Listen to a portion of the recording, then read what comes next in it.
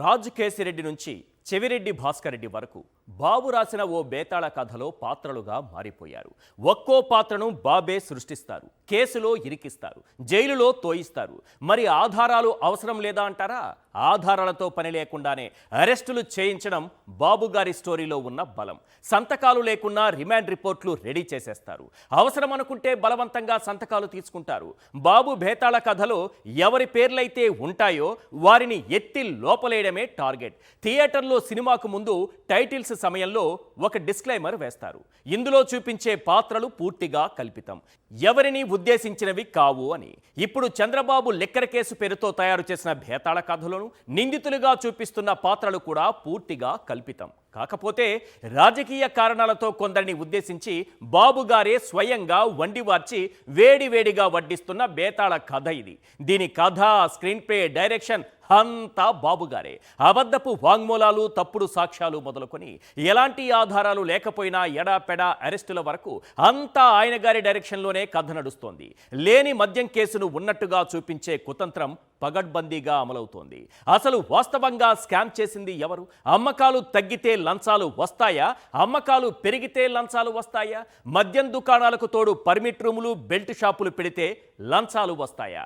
లక్షల కోట్ల అప్పుల నుంచి వేల కోట్ల కుంభకోణాల వరకు అన్నీ ఆయనే చేస్తారు. కానీ తెలివిగా పక్కవారిపైకి నెట్టేస్తారు. విజనరీ చంద్రబాబు పొలిటికల్ టాలెంట్ ఇది. పక్కవారి క్రెడిట్ ఏమాత్రం జంకు లేకుండా తన జేబులో వేసుకోవడం, తన మరకలను ఏమాత్రం బెణుకు లేకుండా పక్కవారిపై పూసేయడం చంద్రబాబు గారికి బాగా అలవాటైన విద్య. నిజానికి మద్యం మూల విరాట్టు ఎవరంటే బిగ్గరగా వినిపించే పేరు చంద్రబాబు. కానీ గత ప్రభుత్వ హయాంలో మద్యం కుంభకోణం అంటూ ఆయన గారు మాట్లాడటం ఏదైతే ఉందో అది నభూతో నా భవిష్యతి. ఇక చంద్రబాబు సృష్టించిన బేతాళ కథ విషయానికి వస్తే పక్కా ప్లాన్తో, పక్కా స్క్రిప్ట్తో, ఓ పద్ధతి ప్రకారం కథను జాగ్రత్తగా నడిపిస్తున్నారు. ఎక్కడికక్కడ అడ్డంగా దొరికిపోతున్న సిట్ దర్యాప్తు తీరుపై స్వయంగా కోర్టులే ఆగ్రహం వ్యక్తం చేస్తున్నా మొండిగా ముందుకెళ్తున్నారు. ఒక్కొక్కరిని అరెస్ట్ చేస్తూ పోతున్నారు. రాజు కేసిరెడ్డి నుంచి మొదలుపెట్టి బాలాజీ గోవిందప్ప, కృష్ణమోహన్ రెడ్డి, ధనంజయ రెడ్డి, చెవిరెడ్డి భాస్కర్ రెడ్డి, సజ్జల శ్రీధర్ రెడ్డి, ఇలా ఒక్కొక్కరిని అరెస్ట్ చేసుకుంటూ ఇప్పుడు మిథున్ రెడ్డి వరకు వచ్చారు. ఆ లేని స్కామ్లో ఎంతమంది వీలైతే అంతమందిని జైళ్లలోకి నెట్టేయాలన్నదే బాబు గారి అసలు ప్లాన్. ఎన్నికలకు ముందు చంద్రబాబు, లోకేష్ ఏ కథను తయారు చేసి ప్రచారం చేశారు, ఎన్నికల తర్వాత ఆ కథ మొత్తం రిమాండ్ రిపోర్టుగా తయారైంది. వాళ్ళు రాసుకున్న కథనే వాంగ్మూలాల పేరుతో రిమాండ్ రిపోర్టులో చేర్చుతున్నారు. అసలు విషయం ఏంటంటే ఎవరైతే వాంగ్మూలం ఇచ్చారని చెబుతున్నారో వాళ్ళు సంతకాలు చేయటానికి నిరాకరిస్తున్నారు.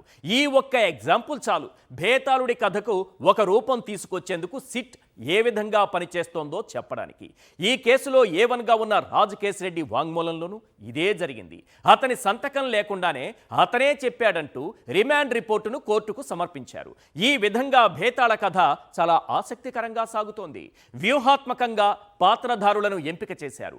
ఎవరిపై కుట్ర పన్నాలి, ఎవరిని ఇరికించాలి, బెదిరింపులు, ప్రలోభాలతో ఎలా దారికి తెచ్చుకోవాలి, అబద్ధపు వాంగ్మూలాలు ఎలా నమోదు చేయాలి అంతా ఓ పద్ధతి ప్రకారం చేసుకొస్తున్నారు. బీవరేజెస్ కార్పొరేషన్ మాజీ ఎండి వాసుదేవరెడ్డి, మాజీ MP Vijayasai Reddy, TDP MP Kesineni చిన్ని వ్యాపార భాగస్వామి అయిన రాజ్ కేసిరెడ్డి, ఇలా ఒక్కొక్క పాత్రతో తమకు అనుకూలమైన వాంగ్మూలాలు ఇప్పించుకుని కేసును ముందుకు నడిపిస్తున్నారు. బాబు బేతాళ కథను సిట్ పక్కాగా అమలు చేస్తున్న వేళ ప్రధానంగా కొన్ని ప్రశ్నలు వినిపిస్తున్నాయి. అవేంటో ఒక్కసారి మనం స్క్రీన్ పైన చూద్దాం. క్వశ్చన్ నెంబర్ 1, లేని మద్యం కేసును ఉన్నట్టుగా చూపిస్తున్నారా? క్వశ్చన్ నెంబర్ 2, ఆధారాలు లేకున్నా ఎడాపెడా అరెస్టులు చేస్తున్నారా? క్వశ్చన్ నెంబర్ 3, మద్యం మాఫియా మూల విరాట్టు బాబేనా? క్వశ్చన్ నెంబర్ 4, అసలు కుంభకోణం ఎవరి పాలనలో జరిగింది? చంద్రబాబు గారి బేతాళ కథ రసవత్తరంగా సాగుతున్న వేళ వినిపిస్తున్నటువంటి ప్రశ్నలివే. మొదటి నుంచి ఈ కేసు విషయంలో దర్యాప్తు అధికారులకు స్వయంగా న్యాయస్థానమే మొట్టికాయలు వేస్తూ వచ్చింది. బేతాళ కథను రూపొందించినంత ఈజీగా ఈ కేసులో ఆధారాలు సృష్టించలేకపోతున్నారు. ఈ కేసును మొదటి నుంచి ఓసారి పరిశీలిస్తే రాజు కేసిరెడ్డి సంతకం పెట్టకపోయినా అతని వాంగ్మూలమే అంటూ కోర్టుకు రిమాండ్ రిపోర్ట్ ఇచ్చారు. ఆధారాలు లేకుండా అవినీతి జరిగిందని ఊహించుకుని అరెస్టులు చేస్తారా అని కోర్టు ఆగ్రహం వ్యక్తం చేసింది. ఎఫ్ఐఆర్లో నిందితుడు రాజకేశిరెడ్డి పేరు లేకుండా హడావుడి అరెస్టులు ఎవరి కోసమని కోర్టు ప్రశ్నించింది కూడా. ఇదే కేసులో వాసుదేవరెడ్డిని బెదిరించి వాళ్లకు కావలసినట్టుగా వాంగ్మూలం నమోదు చేసి ఆ తరువాత కేంద్ర సర్వీసులకు రిలీవ్ చేశారు. బేవరేజెస్ కార్పొరేషన్లో కింది స్థాయి ఉద్యోగులను సైతం బెదిరించి బలవంతంగా ఆ భేతాళ కథకు సరిపోయేటట్లుగా కావలసిన స్టేట్మెంట్లు తీసుకున్నారు. టీడీపీ ఆఫీసులో రెడీ చేసిన స్క్రిప్ట్ ప్రకారం వాంగ్మూలం రెడీ చేసి బలవంతంగా సంతకాలు పెట్టిస్తున్నారు. నాడు లెక్కర్ స్కామ్ అంటూ చంద్రబాబు లోకేష్ చేసిన అసత్య ప్రచారాన్నే నేడు నివేదికగా తయారు చేశారు.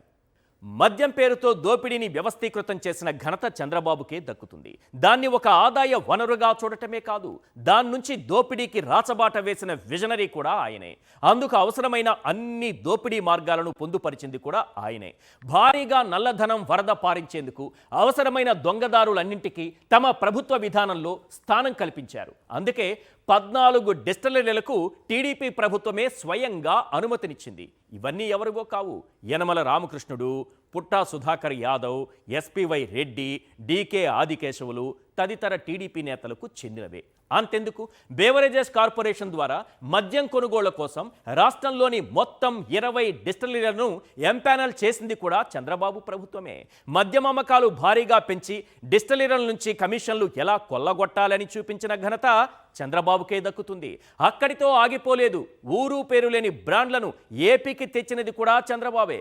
కానీ ఆ బ్రాండ్లన్నీ వైఎస్ఆర్సీపీ హయాంలోనే వచ్చాయని తన పచ్చ మీడియాలో పదే పదే ప్రచారం చేసి అదే నిజమని నమ్మించగలిగిన విజనరీ మన చంద్రబాబు గారు. క్షేత్రస్థాయిలో మద్యం విక్రయించే మొత్తం 4380 మద్యం దుకాణాలన్నీ తన టీడీపీ సిండికేట్కే దక్కేలా చేశారు. వాటికి అనుబంధంగా అనధికారిక బార్లుగా 4380 పర్మిట్ రూమ్లకు అనుమతినిచ్చారు. అంతేకాదు, ఏకంగా 43,000 బెల్ట్ దుకాణాలను ఏర్పాటు చేశారు. ఎంఆర్పీ కంటే బాటిల్పై 15 నుంచి 25 రూపాయలు అధిక ధరకు మద్యం విక్రయించారు. మద్యం దుకాణాలు, బార్లపై ప్రివిలేజ్ ఫీజును రద్దు చేస్తూ 2 చీకటి జీవోలు జారీ చేయడం ద్వారా ప్రభుత్వ ఖజానాకు గండి కొట్టారు. ఎంత గండి కొట్టారో తెలుసా? అక్షరాల 6,500 కోట్లు. అలా 2014-19 మధ్య మద్యం దోపిడీని వ్యవస్థీకృతం చేసి ఎంత కొల్లగొట్టారో తెలుసా? అక్షరాల 25,000 కోట్లకు పైమాటే. చంద్రబాబు చేసిన అవినీతిని పక్కవారిపై రుద్దడం ఆయనకు మొదటి నుంచి ఉన్న అలవాటు. అసలు మద్యాన్ని ఎక్కువగా అమ్మితే లంచాలిస్తారా? అమ్మకాలు తగ్గిస్తే లంచాలిస్తారా? మద్యం అమ్మకాలను ప్రైవేటు వ్యక్తులకు అప్పగిస్తే లంచాలిస్తారా? లేక ప్రభుత్వం ద్వారా అమ్మితే లంచాలిస్తారా? విక్రయ వేళలను తగ్గిస్తే లంచాలిస్తారా? లేక ఎక్కువ సమయం అమ్మేలా చేస్తే లంచాలిస్తారా? మద్యం దుకాణాలు పెంచితే లంచాలిస్తారా? దుకాణాలను తగ్గిస్తే లంచాలిస్తారా? దుకాణాలకు తోడు పర్మిట్ రూములు, బెల్ట్ షాపులు పెడితే లంచాలిస్తారా? లేక బెల్ట్ షాపులు తీసేసి పర్మిట్ రూమ్స్ రద్దు చేస్తే లంచాలిస్తారా? 2014-19లో చంద్రబాబు నిర్ణయించిన బేసిక్ రేట్లను పెంచి డిస్టిలరీల నుంచి కొనుగోళ్లు చేస్తే లంచాలు వస్తాయా? లేక పాత రేట్లను కొనసాగిస్తే లంచాలు వస్తాయా? మద్యంపై తక్కువ ట్యాక్సుల ద్వారా ఎక్కువ అమ్మకాలు చేసే విధంగా డిస్టిలరీలకు మేలు చేస్తే లంచాలు వస్తాయా? లేక ట్యాక్సులు పెంచి తద్వారా అమ్మకాలు తగ్గితే లంచాలు వస్తాయా? ఎంపిక చేసుకున్న 4-5 డిస్టిలరీలకు మాత్రమే అధికంగా ఆర్డర్లు ఇస్తే లంచాలు వస్తాయా? అన్ని డిస్టిలరీలకు సమాన స్థాయిలో ఆర్డర్లు ఇస్తే లంచాలు ఇస్తారా? ఇప్పుడున్న డిస్టిలరీలలో అధిక భాగం అనుమతులిచ్చిన చంద్రబాబు ప్రభుత్వంలో ఉన్న వారికి లంచాలు వస్తాయా? లేక ఏ ఒక్క డిస్టిలరీకి అనుమతిని ఇవ్వని వైఎస్ఆర్సీపీ ప్రభుత్వంలో ఉన్న వారికి లంచాలు వస్తాయా? Crystal clear boss. అసలు కుంభకోణం 2014-19 మధ్య జరిగింది. ఆ కుంభకోణాన్ని 2019-24 మధ్య జరిగినట్లుగా చూపిస్తున్నారు. అంతే. ఇదే బాబు గారి బేతాళ కథ. ఒక్కటి మాత్రం నిజం, మరో 4 ఏళ్ల పాటు చంద్రబాబు ఈ కథను రాస్తూనే ఉంటారు. కానీ ఆఖరి పేజ్ అనేది ఒకటి ఉంటుందిగా, అది చంద్రబాబు రాయరు. ఆ చివరి పేజీని రాసేది మాత్రం ఖచ్చితంగా జగన్మోహన్ రెడ్డి. ఇది మాత్రం గన్ షాట్.